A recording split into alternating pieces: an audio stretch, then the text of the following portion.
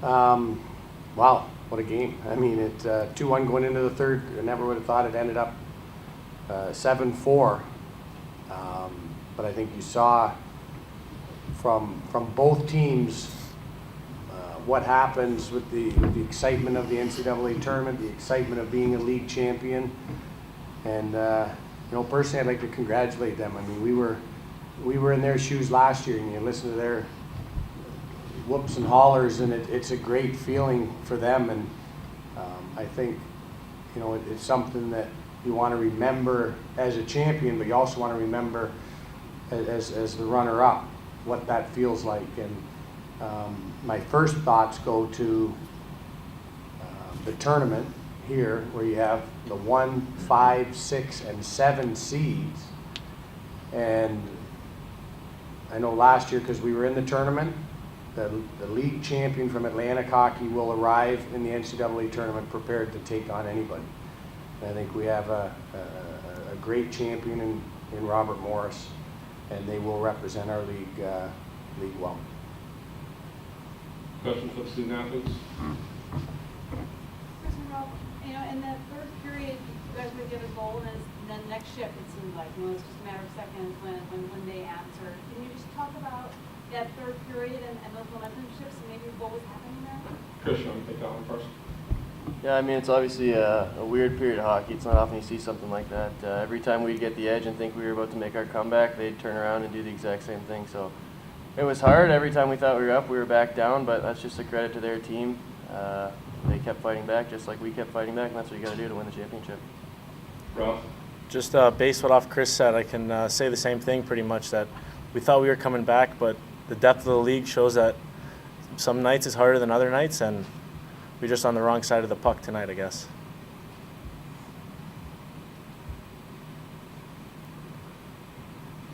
You guys have battled adversity. I mean, you were down 2-1 after when you come back, previously. So were those goals, you still were able to, you never quite were dead, I guess is what I'm saying. So what were you guys able to do in this game to keep coming back? Ralph? We just kept fighting. We know we didn't want to lose at all costs, so we just kept coming back, kept pushing. But it was hard when they scored, we scored, and then they scored. So it was beating up on us, but we knew that we weren't going to stop. So nothing really held us back. But just look at the end that we couldn't finish. Chris, comment? Yeah, I mean, for the last whole round of playoffs, so it feels like we were doing exactly what we were doing out there for the third period. We were trying to make a comeback. We were trying to take over the game when we were behind, and I mean, eventually it's got to catch up to us, and tonight it did. It worked out for us in Bentley a few games in a row there, but like you saw out there tonight, the bounces finally caught up to us. And especially in the second period, you guys had a lot of opportunities, and it was like you did everything but finish. Were you able to was that frustrating, or were you able to maybe get momentum because we're generating so much and you just didn't quite get that finish? Ralph? It was definitely like a confidence booster, but at the same time, it kind of beats up on you that the puck just wasn't crossing the line. Every time we'd go out there, we'd have a couple chances, but it just wouldn't go over. I know they looked at a couple ones. I don't know if they were in or not, but it just hurts when you go back to the bench and you know that something that should have been a goal didn't go in. But obviously, you keep on battling and you keep on doing whatever it takes. So, with all those chances out there, we try. The guy who doesn't put the puck in the net's obviously a little frustrated, but everyone else gets a little boost from that, and we get going a little bit more and more every time that happens. Well, Chris, you were obviously a game-time decision yesterday. What went into you being able to play tonight and perform at a high level? I was under the weather yesterday and decided it'd be best for the team if I wasn't out there, because I wouldn't have been able to make it through those 2 overtimes, I promise you that. And I was ready. I wanted to go tonight, though, so I spent the last 24 hours getting ready to go today and tried warm-up and decided that I would be a benefit to the team out there. Any other questions for the student athletes? Open up the questions for Coach Smith. Dave, that was a weird, obviously, third period. You talked about you score and then they come right back. Those momentum shifts. Can you just talk about, have you ever been a part of something like that before? Not quite just like that. Our whole mindset has been, let's keep working to get the game in our favor, and not necessarily the score. The score will follow. And I thought the second period did that. I thought, even though we were down 2-1, our guys were hungry, our guys were focused, our guys were composed. And, you know, we score early there to make it 2-2, and then, you know, some things went against us that I thought we got through them okay. But in the end, just too many things just kept going against us, and we couldn't answer all of them.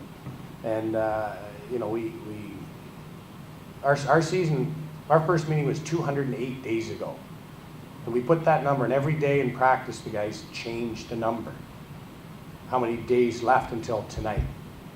And I knew our focus was gonna be there, because this is what the whole season has been. We left no days on the table, right? The league champ we know is prepared through the strength of Atlantic hockey, but we left nothing on the table. We put it all out there.